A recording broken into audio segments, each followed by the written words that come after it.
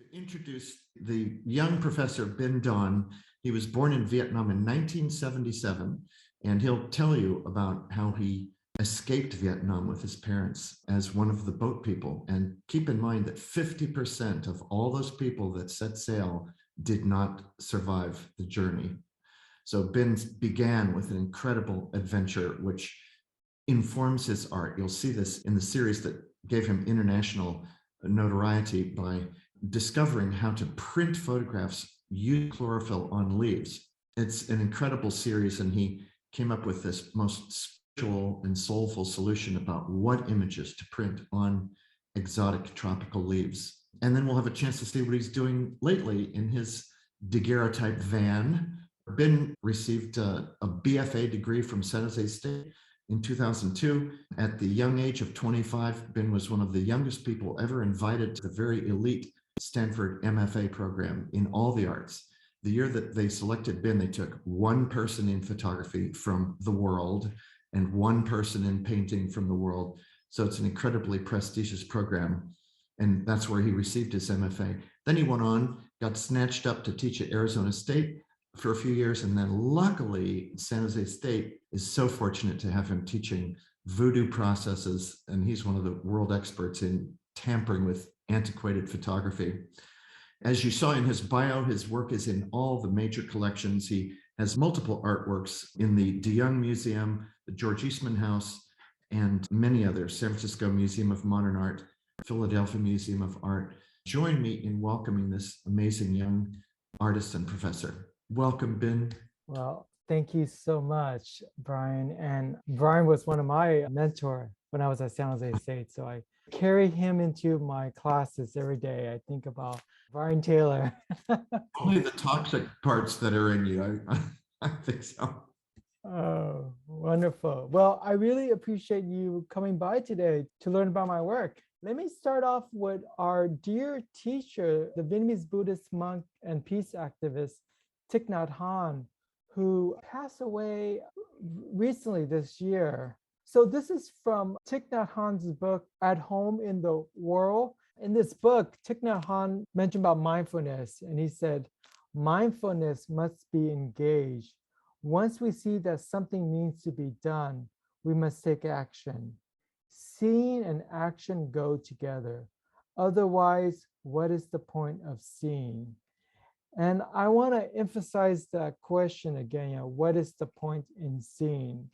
So artists see, we are the eyes of culture. We look and we transform what we see into works of art. As you all know, the culture is really defined by the work they leave behind. And to be an artist is also to produce culture. I tell my students every day that you're a cultural producer, because with your art, you're able to change minds, you're able to give people the ability to see something in a new way. So I started seeing early on in my life, I started photographing when I was in the 5th grade.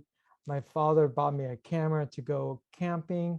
It was my first time out in the wilderness, and it was an exciting thing to do, to hold a camera up to your face and make a picture of it. I also start to see in photographs too, photographs that belongs to my family archives. For example, here's a photograph of my mother, as well as some other pictures I'll show you later in a couple of slides. But let me talk about this one picture here. This is a picture of my mom. She was probably around 16 years old at this time, and it was made because she was not married. And so the translation is meaning a lonely person on a boat. So the idea, she's just this young lady waiting to be wed off.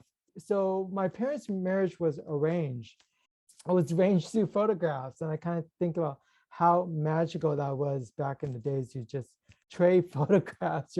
Your parents would have photographs of you, and they'll show the neighbors your pictures and things like that. And now today I realize, well, that's not anything special, because online dating is the same thing, right? We live in a time where, you want to find someone, you just go online and you meet somebody. So this was like early day Tinder, I guess one could say.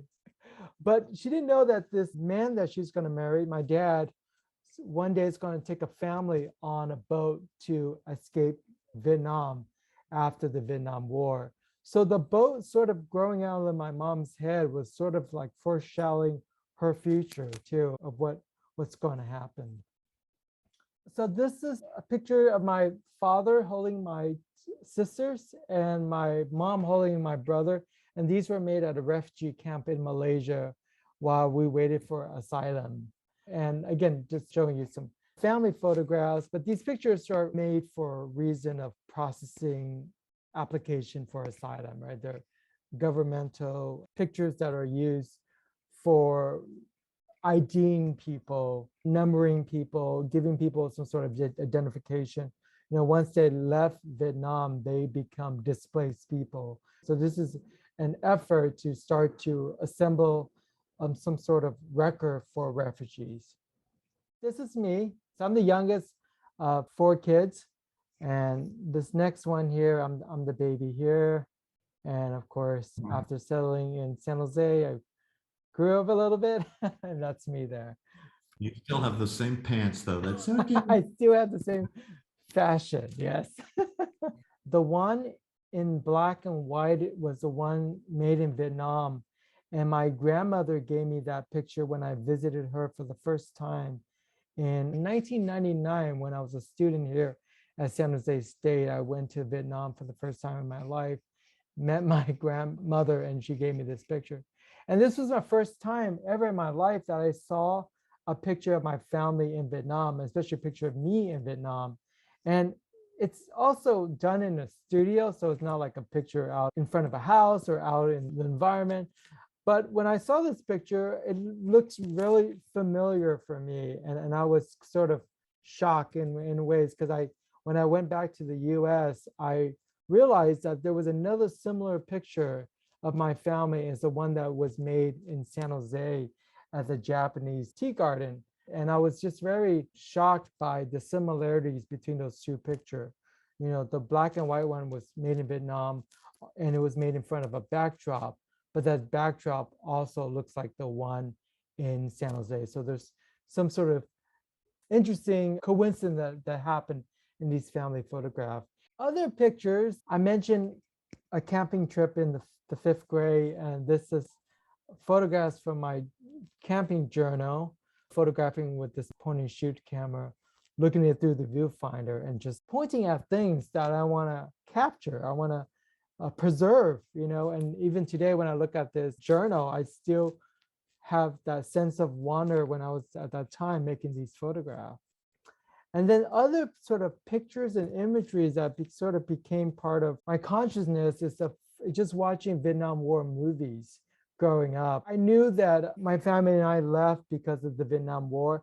I didn't really know why in ways, as a kid growing up. And it wasn't something my parents talk about. Just recently, in the last couple of weeks, my mother's been talking more about the Vietnam War because of what's happening in Ukraine, all the devastation she witnessed, people getting shot and things like that in front of her, both from the Americans, from the South Vietnamese and the North Vietnamese, just very traumatic things that you never really talk about before. And I was very shocked to hear this stuff. And I just was thinking about all these women in my family, my aunts and my mothers, they've been through these trauma and they don't talk about it, but they still somehow survive. They still go on throughout their life and just sort of try to live a normal life here in the US. So that for me was just mind-boggling just to come to terms with that. So growing up, I would watch a lot of Vietnam War movies because I was just getting fascinated with this history and trying to understand it through Hollywood, which obviously portray a different side of the Vietnam War. But throughout watching movies about the Vietnam War, I somehow got really in tune with the landscape. And I think that's the reason why I'm so interested in the land when I go out and do my own work. I do portraiture work these days, but landscape photography is the one that continues to be part of the way I photograph. I go out and I make pictures of the land. I now realize it's because of movies of the Vietnam War, imagining this sort of landscape where I was born. And of course, the destruction of that landscape also become part of the way I saw the land and received the land of Vietnam through these movies. So I will share with you quickly some pictures of Vietnam that I took on my first trip there many years ago, traveling throughout Vietnam from south to north with a Mamiya 7 rangefinder camera, which is an excellent camera that gives you true rectangle negatives that you could really blow up pretty big. And I made these black and white darkroom prints. They're by 40 by 50 inches. This is a cemetery in Vietnam where the rice paddies and the cemeteries are integrated into one location. And the Vietnamese people believe that your ancestor will watch over your rice harvest for you. When I was in Vietnam, there was an exhibit up called Requiem. It's about the Vietnam War. And in this installation here, there's a 35 millimeter camera where a bullet went through the camera and injured the photographer, the photojournalist. And I think a lot about Vietnam War and photography. You experience so much of that war through the pictures that were made during that time. So when I came back to the US, I was a student at San Jose State, and I had to start to think about a body of work, a thesis body of work. And I was just sort of standing in my mother's garden, and I was just thinking about doing a project about the Vietnam War, and I sort of didn't know how to start and to talk about it. Something really hard to explain, and something that is hard to teach about is creativity. Where do creative ideas come from? There's a lot of theories about that. One is that these creative ideas are out there, and you as the artist are there to receive them. I would call that the Elizabeth Gilbert theory, who wrote Eat, Pray, Love in one of this TED Talk that she gave about the creative genius. And again, I don't know where creativity comes from. They just manifest. I think one thing is people have to sort of be open to it. Artists are trained in a way that they have ideas that sort of just percolate when they're thinking about something. And then they could write it down, put it in a sketchbook, and then maybe someday that idea would manifest into a work of art.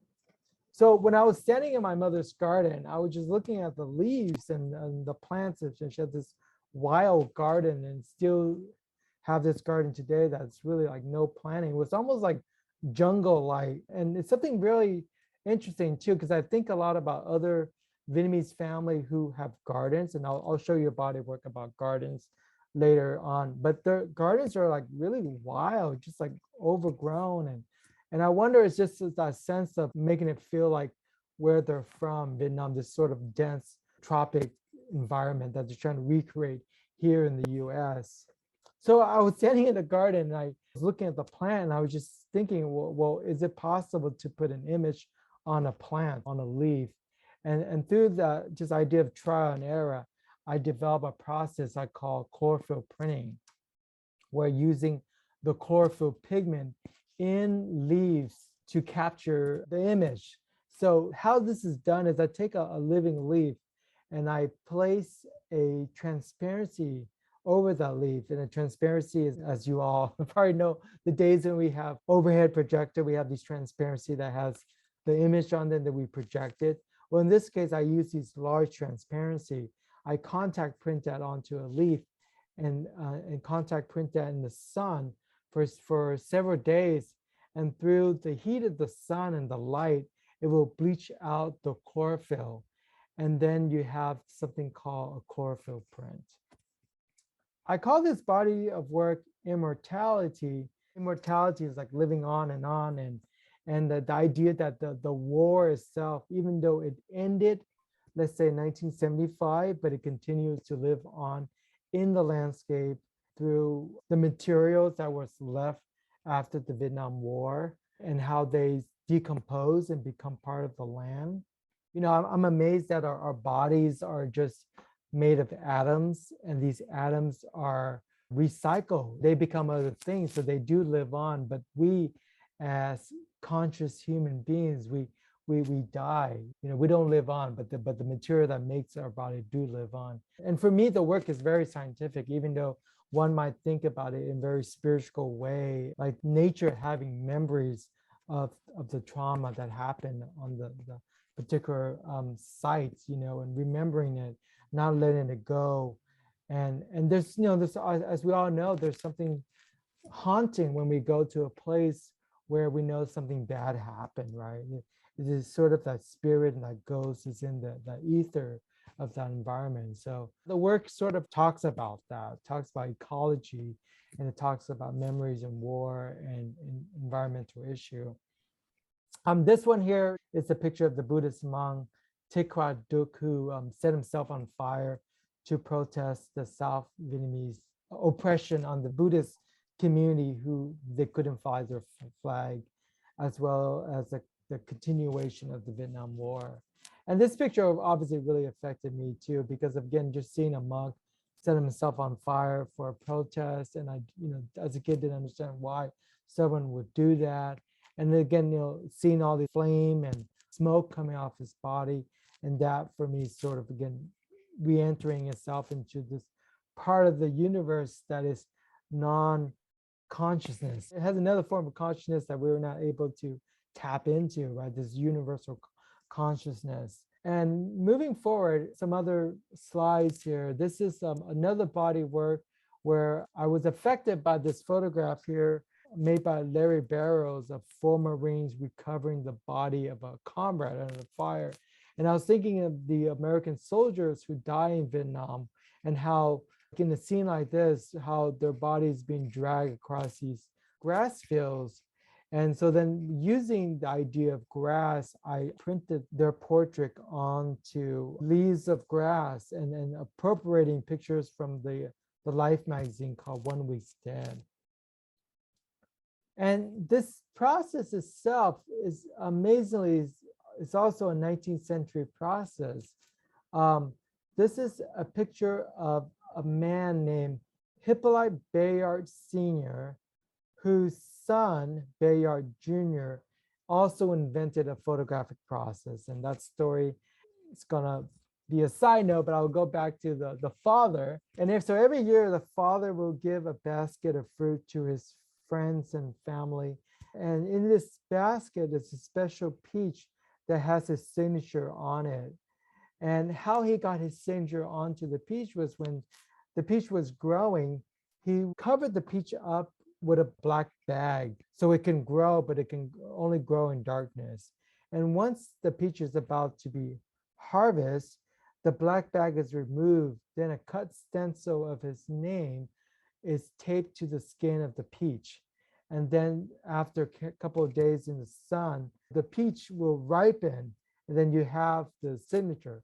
And I thought that was so amazing because, again, 19th century photography, it's all been done before. The people were trying to figure how to secure an image from a camera obscura, right? They're trying to think about light and how light could record itself onto a sheet of paper, drawing with light. The word photographic, drawing with light, sort of came to being. So I planted a peach tree myself, and someday we'll experiment with this idea too, but this simply can really happen by just watching the peach grow. As you can see here, here's a peach that has leaves just draped over it, and because the leaves is blocking that part of the sun, when you remove the leaf, you can see a shadow. A photographic image is the shadow, right? The shadow is really what's also there within the photograph.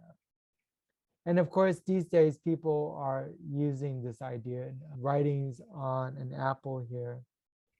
These are just to show you some experimental with this process. The first time I did it, I was actually experimenting with negatives.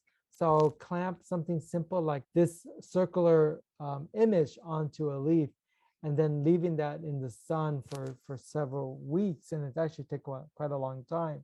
You also get an image. It's a little difficult to get a really crisp image until I developed this other process of doing the reverse using a transparency. But in this first body of work, the one I'm showing you now is called Searching for the Cosmos. And I was thinking about, the connection between heaven and earth, trying to connect that down into the ground here.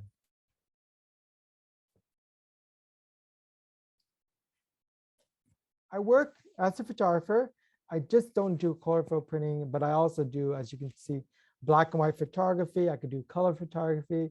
I try to do as much of photographic process as possible. If an idea calls for a particular process, I will go with that process. So for example, in this case here, this is a body of work called Pulapi Down, and it's photographs from a refugee camp in Malaysia. We were there for 9 months before we came to the US. And this is a picture I found on the internet of people approaching Pulapi Down.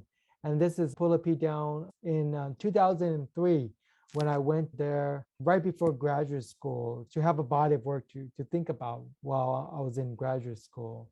And I traveled with my mother, and this is her holding this immigration document that allows entrance into the US here. And traveling with her was quite amazing because she was the one who had memories of this event. I was only a baby at that time.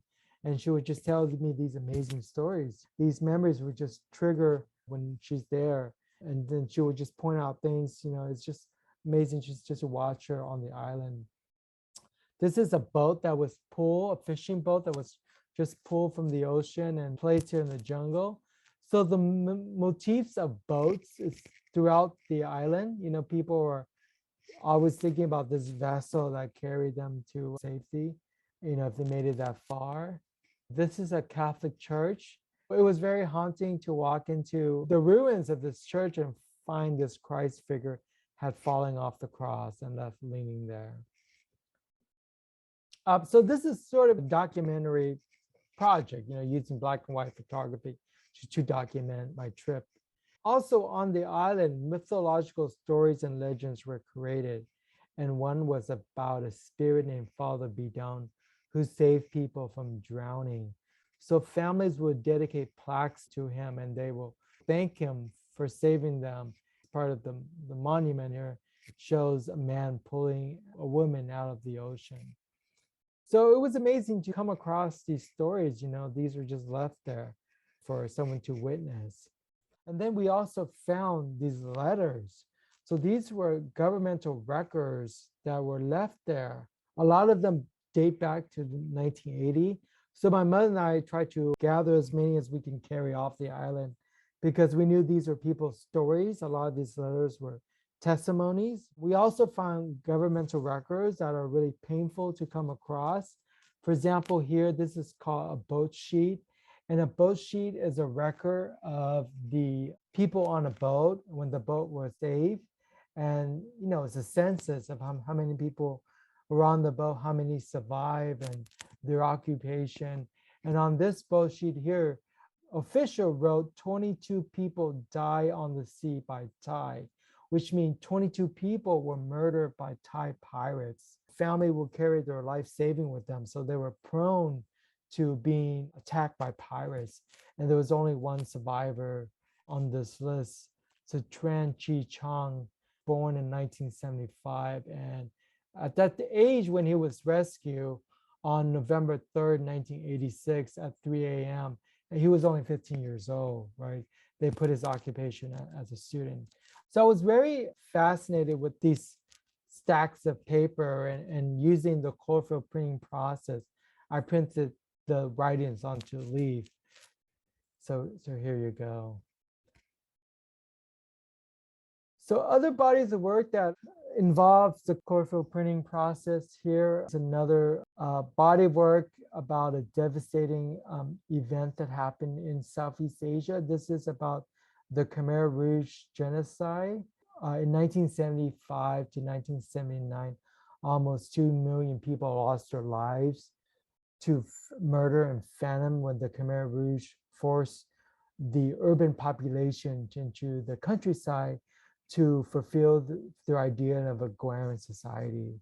So this is obviously a picture of a work camp here. And in 1979, when the Vietnamese army invaded, they found this schoolhouse that has been converted into a prison and an interrogation center that was ran by the Khmer Rouge. And today, this place is actually a Holocaust museum. And it's very haunting to go there because, you know, you will go walk through these cells and you sort of just imagine the horror that took place there. And then you end up looking at these mug shots of the victims, many of them young kids who just innocent people. So at the museum today, there's 5,000 portraits or display. And when I was looking at the picture, they reminds me of, you know, my own family members. They look like people I know, lives destroy and generations disappear in thin air. And what's left are rooms and rooms of portrait. So I started photographing the portrait and appropriating the imageries. And when I went back to the US, I print them onto leaves and in a way, making an altar for them. So I call this body work on ancestral altars. And in a way, kind of giving them a proper ceremony, like a funeral. So where the living and the dead could sort of come together and thinking about this, what happened to them, you know, giving them some form of justice. This one here is called The Story of the Bodhisattva. And a Bodhisattva is a Buddha to be. And the idea that someone was on the path of enlightenment was also executed. Because after the Khmer Rouge regime, the Cambodian people were thinking about karma a lot. You know, Cambodia is a heavily Buddhist country. And they were thinking about karma and if this is some sort of due that they have to pay for some sort of past life thing they did. And of course, there's a lot of mental health that has to go into this because this is not about karma. It's really what it is. It's just genocide, you know, just people killing people. The event is also known as the killing field. So in this piece here, I have multiple leaves suggesting that the plants are holding the memories of these people in the landscape. And throughout Cambodia, there's all these mass graves. People were buried in these graves and then they will uncover them and use them as evidence in the tribunal that's actually still going on right now in Cambodia. So this is an installation of how the work looks like in a gallery. And around this time, I started to experiment with another photographic process. I started using daguerreotypes. And daguerreotypes is a 19th century process that has a really highly reflective quality to the photographic image. You see a photographic image, but then you also see yourself. So in this installation here, the museum viewer can see themselves contemplating the events of the genocide and thinking about what happened there. So daguerreotypes are 19th century, as I mentioned. I actually have one here I could show you, and wish I can. There you go. I'll use myself as a background. But you can see the zoom window if I reflect it in the right way and I reflect it towards something dark, you see the portrait of the 19th century portrait person sitting there. And they're magical. I mean, when I first saw daguerreotype for the first time, I was mesmerized. I didn't know what I was looking at. It was actually at a camera trade show. One of my professor was there, Reed Esbrook, and I asked him, "Oh, what is this thing?" And he said, "Oh, the daguerreotype." And I was thinking, someday I want to do that. I want to make daguerreotype because I never look at a photographic image where you can actually see yourself. So it took the journey to get where I am with the daguerreotype process took a while. This body of work I show you here is kind of finished around 2009. And these pictures are actually not done in a camera, but they're done in a dark room. So I will project the image onto a silver plate. But in 2009, I also had an opportunity to go out to Virginia to teach at a college, Holland University. And I wanted to go there with a body of work. And it was my first time in the South. I was sort of scared in a way because I'd never been out to the South before. All the imageries of the Civil War and imageries of Confederate flags, you know, sort of pan out. Maybe being the only Asian person in the town. All that sort of fear sort of came to play. And I wanted to tackle those fear by just photographing. I go out there with my camera, and then I set up a daguerreotype studio, and I made these pictures in a strange way, a Confederate cemetery named Stonewall Jackson Memorial Cemetery. I will walk down there, which is a couple blocks away, set up my camera, photographed, and walk back to where I was staying. And then in the basement, I set up a daguerreotype studio where I could polish plates, I could silverize plate, iodize the plate to make it light sensitive, and then develop the plate with using mercury vapor. And all of this is obviously done in a controlled laboratory film hood. So I'm not breathing any of these toxic film. So when I came back to California, the landscape became new for me because I've never really photographed California before. I was always doing projects about Southeast Asia. And it took me going to the South to come back to California and thinking about a new body of work. And that's when I started this sort of a series that I'm known for about the national park. Let me show you some of this body of work using the daguerreotype process and photographing the national parks. A lot of this is going to be from Yosemite Valley because it's so close to us in ways. And I mentioned how the plate reflects the viewer. This is one of my graduate students, Branham Ng from Hawaii, being reflected in an image of Yellowstone. I get a lot of questions about the blue. Well, the blue is a characteristic of the process, is when the highlights get overexposed, let's say the sky, it will shift the tones to the blue spectrum. So when you're looking at a daguerreotype that has a lot of blue, that's when the highlight is just overblown. And in cases like this, it looks great for like waterfalls and skies because it looks like I painted it, but I didn't do anything at all. It's just the natural process. And also the long exposures sort of give you a different look to the image. The other interesting characteristic of a daguerreotype is that it's an image in reverse. So for example, this is the famous Ansel Adams tunnel view photograph. But in my daguerreotypes, you see the same scene, but you see it in reverse. And it wasn't until I sort of started to understand this photographic process that I felt I had a tool to photograph the national park, because it's so hard to go to the national park and make anything new because it's all been done before. Cathedral Rock here. I think this next slide. So here's an installation where the viewer, see themselves. And in this case, I showed the full plate here. This is a 10 by 12 inch plate. So my camera also has to be 10 by 12. But depending where I have to go, some of my plates are a little bit smaller. For example, this next one here, this is a small 5 by 7 plate because I had to really hike far to capture this image to then hike back to my van to develop it.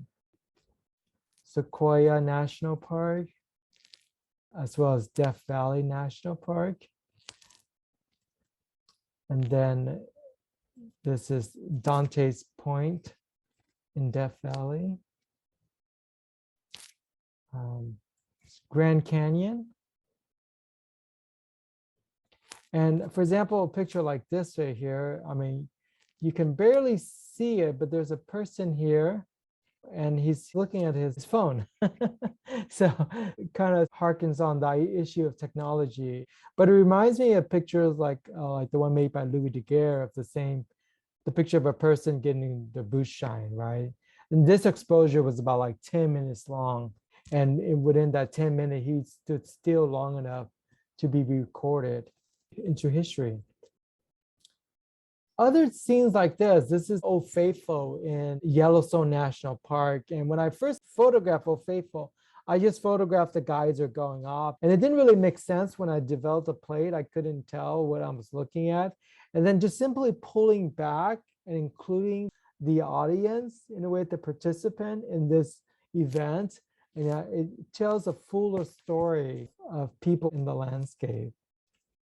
And a couple of other national parks to visit, Arches National Park, or Sequoia National Park, as well as National Historical Site. For example, this is Trinity Site, where in the White Sand National Monument, where the first atomic bomb was tested.